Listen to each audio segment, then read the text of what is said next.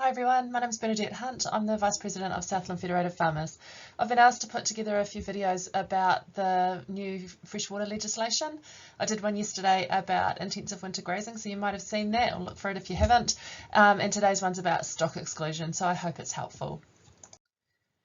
First of all, in the stock exclusion regulation, the definitions are absolutely crucial and they're not what you may first think. So, low slope. The definition of low slope is land that's captured on a legislated map. So there's a map that you can pick up, which I'll show you in a minute. And if your property is in the bright green area of that map, then it's considered low slope. Regardless of the actual slope of the land, if it's in that light green area on the map, then it's considered low slope. A wide river, again, might not be what you think it is. It's defined as any waterway on your land or in a land parcel that is more than 1 metre wide at any point.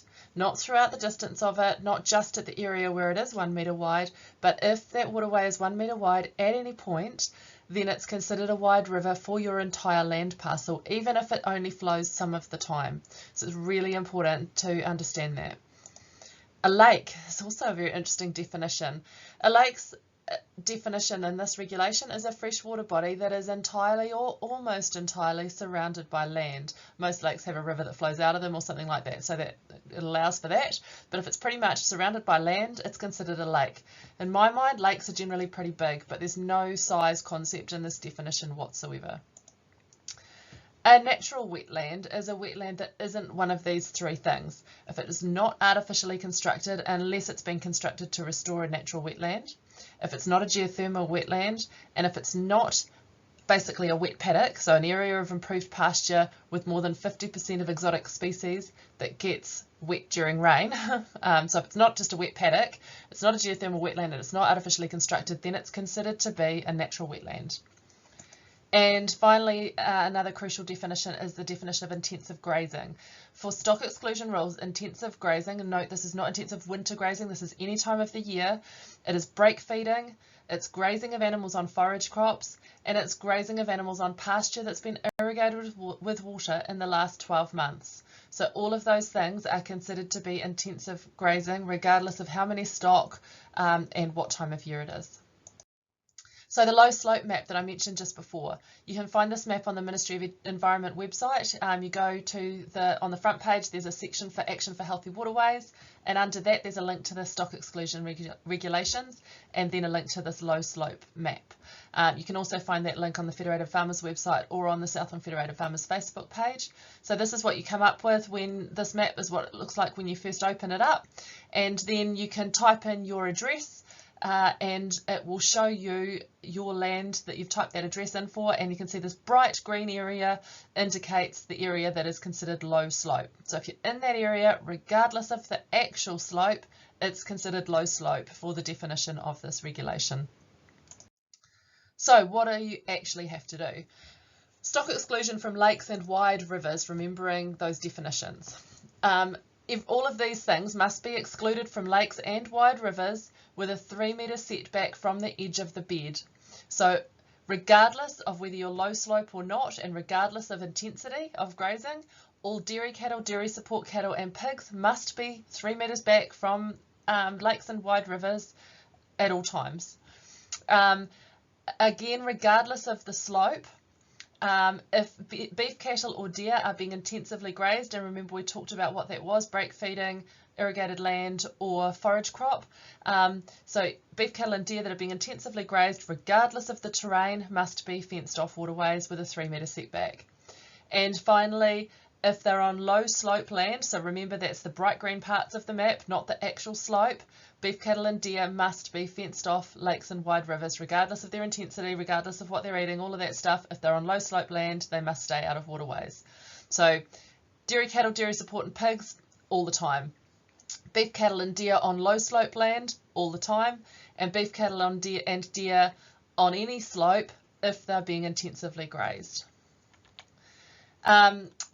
If you've got existing fences that are closer than 3 metres to the edge of those waterways, you don't have to move them if you meet these criteria. If they're permanent, if they effectively exclude stock, and then these are some more specific things. If they are post and batten fences with driven or dug posts, they're okay. If they're electric with at least 2 electric wires and driven or dug posts, they're okay. If they're a deer fence, or if it's vegetation that excludes stock, so say you've got a really thick gorse hedge or something like that that stock can't get through, then that's okay as well. So they have to meet those criteria to not need to be moved. That's only for existing fences.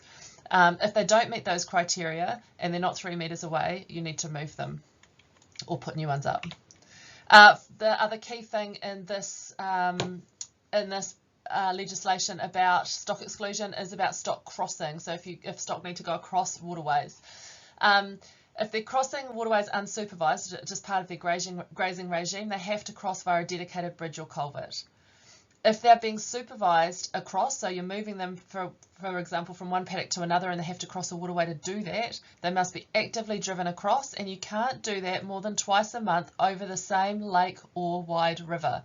Doesn't matter if you go to a different place on the same wide lake or river, lake or wide river, doesn't matter how far away you were from the previous stock crossing. If it's crossing the same lake or wide river, you can only do it a maximum of twice per month. And there's no way around that. There's no way to get a special consent to allow for it or anything like that. Twice per month is it.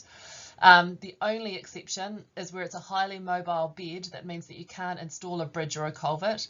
And in that case, stock must be actively supervised and driven across that waterway. Stock exclusion from wetlands. So we talked about what the definition of a natural wetland is. All stock have to be excluded from natural wetlands that meet any of these 3 criteria. If they're identified in a current regional or district plan or regional policy statement, if they support a threatened species population, and there's a bit more information about that in the regulation, so if you think that might be you, I encourage you to go have a look at it. And this is a big killer. If you're on low slope land, or if the land is low slope on that map, then if the wetland is greater than 0.05 of a hectare, all stock must be excluded from it. That's all stock, not just cattle, it's sheep and all livestock must be excluded if it's bigger than 0.05 of a hectare and you're on low slope land. So again, that low slope map is vital. The timeframes to implement this stock exclusion vary a little bit. For new farms or new pastoral conversions, it's pretty much straight away. So, if you're doing a new conversion, the stock exclusion needs to be part of it from the get-go. For existing farms, the deadlines range from the 1st of July 2023 to the 1st of July 2025, depending on the situation. So depending on the stock class, depending on the slope, that kind of stuff. So again, check out the regulations for a bit more detail on that, or otherwise there's been a Feds member advisory that outlines the dates in more detail as well. So what's the problem with all this? I've already kind of alluded to some of the problems, but just to really clarify some of those. One of the key problems, obviously, is that low slope land, as defined by MFE on their map, bears no resemblance to actual slope. And some of the land that is defined as low slope on that map is actually very steep country. And the big killer with this is that it's legislated. So the only way to change it is through cabinet. There's no justification through your local council to get yourself taken out of that map. It's legislated. The definition of a waterway is very problematic, because it means that if at any point, as I said, it's a metre wide, it's considered a wide waterway and a wide river, and therefore you have to exclude stock from the full extent of it along your land parcel, regardless of how narrow it gets, how mobile it is, how infrequently it flows, or how steep the land becomes. So if it flows at any point in the year, it doesn't matter how much of a trickle it is, if it goes down to a 1 metre wide point at any point on your land parcel, it's captured, and that's a huge issue. That is a real flow-on effect, particularly in hill and high country areas where putting in water reticulation schemes just isn't viable. You have to exclude stock from those waterways, so you've got a real problem in terms of providing drinking water for stock. And as I mentioned, there's no way to get a consent for additional stock crossings if 2 a month isn't enough. It's just not provided for at all. What would work better?